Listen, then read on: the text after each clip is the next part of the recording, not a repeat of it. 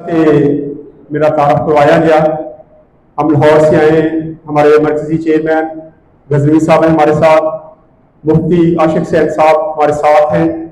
ये वो स्तून है जिनको आप अक्सर मीडिया पे देखते रहते हैं, उनके साथ मैं भी अदना सा बंदा नजर आता रहता हूँ और हम अपनी कौम के लिए, अपने मुल्क के लिए हर वक्त तैयार रहते हैं।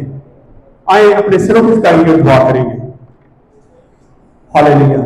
कदूस बुजुर्ग बाप दरबार के खालिक मालिक यहोवा बाप का सब तूने जब हम यहाँ पे आ रहे थे तो पूरे रास्ते में हमें हिफाजत की, सलामती से हमें यहाँ पे पहुंचाया और तमाम दोस्तों की सलामती के लिए मैं तेरा शुक्रगुजार हूँ। खुदा को बार बार मौके बख्शता है कि हम तेरे कदमों में आए। खुदा सारे लोगों को देख के मेरा दिल तेरी शुक्रगुजारी से भरा हुआ है। खुदा जो प्रोग्राम हो रहा है, खुदा इस प्रोग्राम को तेरे हाथ में लेते हैं।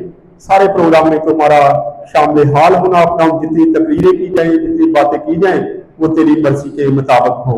खुदा आज जो मेंबरान चुने गए, खुदा उनको ऐसा दिल, ऐसा ज़हन देना कि खुदा वो हर वक्त तेरी कौम के लिए खड़े रहे, वफादारी के साथ, जानबूझ के साथ काम करें, ताकि एकदम तेरे नाम की गवाही हो और ये पाकिस्तान खुदा सदा आबाद रहे। एकदम इसकी फौज के लिए एकदम तेरे आगे इंतजार करते हैं।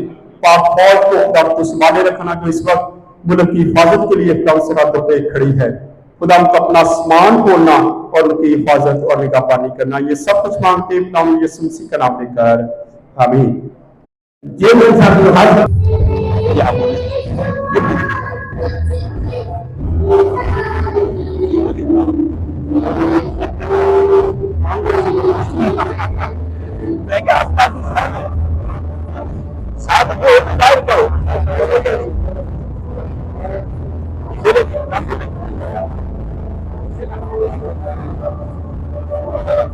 अब नाम बोले नहीं, नाम बोले